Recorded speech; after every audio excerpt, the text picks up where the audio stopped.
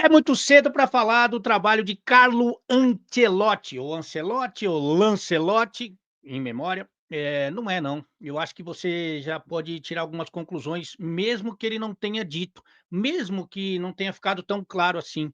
E por isso que a gente está aqui para debater. Contra o Equador, a proposta evidentemente era não perder na sua estreia contra uma seleção que é a segunda melhor das eliminatórias, que tem a melhor defesa da competição, que está invicta como mandante, e um Brasil, evidentemente, que está num processo de adaptação ao novo treinador. Então, ele faz um meio-campo com 3 caras que marcam forte, uma linha defensiva, e essa não vai mudar, a gente vai falar sobre isso, muito mais resguardada e que fica mais mesmo no campo de defesa, não apoia tanto, né, os laterais principalmente, e um ataque que tenha um bom poder de marcação, né. Então, contra o Equador ele fez isso, tanto que o Richarlison, ele não jogou bem nenhum dos 2 jogos, mas ele marcou muito no primeiro jogo, não é a principal função de um atacante, mas é a obrigação hoje de todo o time.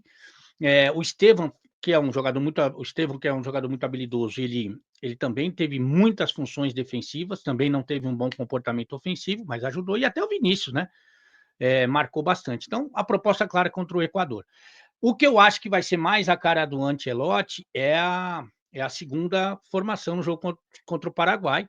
Eu acho que ele tem uma ideia para mim clara, que é fazer uma última linha defensiva, a linha ali dos zagueiros e laterais, que é muito marcadora. Então, por exemplo, eu acho difícil que a gente tenha laterais que apoiem como característica principal. Ah, esse lateral que ele faz melhor, apoiar. Eu acho que ele não vai jogar.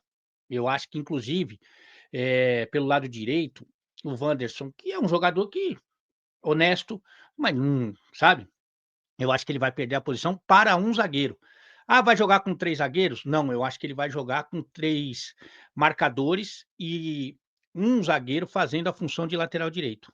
Um zagueiro fazendo a função de lateral direito. E vamos ver o que ele vai fazer na esquerda. Eu acho que mesmo que ele faça a opção, e acho que ele vai fazer por um lateral de origem, esse lateral será marcador. Então vamos supor que ele coloque, Gabriel Magalhães, o Marquinhos e o Militão. Eu acho que talvez até o Marquinhos ou o próprio Militão faça o lado direito, mas sem apoiar, protegendo muito mais aquele setor e marcando muito forte, né. Eu acho que é isso que vai acabar acontecendo do lado esquerdo, vamos ver, pode ser que ele mantenha o Alexandro, não é o meu preferido, mas justamente com essa função de ficar. Então é uma linha de 4 mais fixa, que eu acho que ele vai fazer. No meio-campo, eu acho que ele vai, continuar com o Casemiro, que é o jogador da confiança dele e da maioria do mundo, né, o Casemiro é muito bom jogador e dá uma proteção gigante. Acho até que ele nem jogou tão bem contra o Paraguai. E o Bruno Guimarães também, conta com a confiança do treinador italiano. Então ele vai fazer 2 volantes, uma linha defensiva mais fixa, e aí que eu acho que é a sacada dele, né, que é fazer um quarteto ofensivo que tem as suas obrigações quando o adversário tem a bola, mas que tem a condição de desequilibrar as defesas adversárias, né. A maioria das seleções, tirando ali fase de quartas de final para frente, tomara que exista, né, não tenha acontecido muito, eh, vem para esperar o Brasil, né, vem para marcar o Brasil, não joga de igual para igual. Então o que que ele precisa? De muita mobilidade e de versatilidade, que foi o que ele apresentou mais ou menos contra a seleção do Paraguai. Contra a seleção do Paraguai não tem, mas não tem uma jogada, não tem jogada ensaiada. Ele tem, atalhos. Ele tem orientações que ele faz para os atacantes. Então é muito comum você ver o Rafinha jogando pelo lado esquerdo ou, por exemplo, o Martinelli caindo por ali. A gente viu, evidentemente, que o Vinícius às vezes caía por ali, embora tenha jogado mais, centralizado.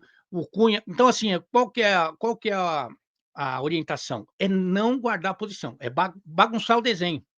Ofensivamente.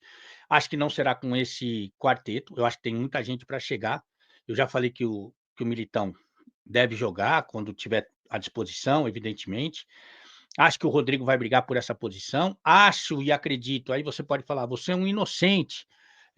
Sou, então eu sou. Eu ainda acredito no Neymar, então você pode ter uma linha ofensiva, por exemplo, vou dar um exemplo, à frente dos 2 volantes, e com uma linha defensiva mais fixa. Você pode ter um Neymar, Rafinha, Vinícius e Rodrigo.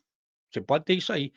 Ah, e qual que é a posição? É não ter posição, é bagunçar e dar liberdade para esses caras. Mas esse time vai marcar? Vai marcar sim, o Rodrigo vai marcar, o Vinícius vai marcar, o Rafinha vai marcar, o Neymar menos. O Neymar é o que vai marcar menos, é o cara que vai ficar mais protegido, no momento em que o adversário tem a bola, justamente para quando o Brasil roubar essa bola, o Neymar está mais próximo do gol adversário e está mais saudável também para definir o jogo. Mas posição, eu acho que não vai ter. Então, acho que essa é a ideia central do Ancelotti. Claro, a gente vai entender melhor quando todo mundo tiver à disposição, e essa ideia me agrada. Então, você marca com todo mundo que você puder e que tiver a característica, a maioria vai ajudar, e em tese, se ele estiver bem, o Neymar será protegido. Então acho que o Brasil talvez nem jogue com os laterais, e nem façam essa função que a gente está acostumado a ver de lateral apoiando o tempo todo. Eu acho que o Brasil vai jogar sem centroavante, até pela carência dessa posição, e sem muito posição definida. No momento que o adversário tem a bola, aí cada um vai marcar no seu setor, como eu disse, o Neymar menos, né, então o Neymar deve ser, se você imaginar o outro time com a bola, o Neymar é o cara mais avançado e a molecada vem ajudar na marcação, né. Se você imaginar o Brasil com a bola, eu acho que a ideia é realmente bagunçar o desenho e acho que isso pode dar certo. Então, vamos ver como que as coisas vão se encaixar, principalmente quando ele tiver com todo mundo à disposição. E você, o que que você achou?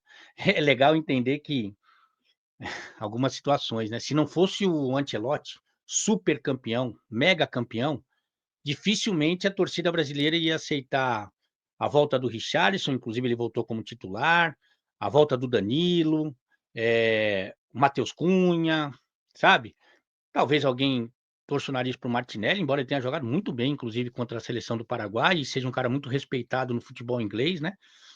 Mas como é o Ancelotti, não, o Ancelotti ele pode, tem liberdade, tem tamanho para fazer isso e não tá nem aí, para quem gostar ou quem não gostar.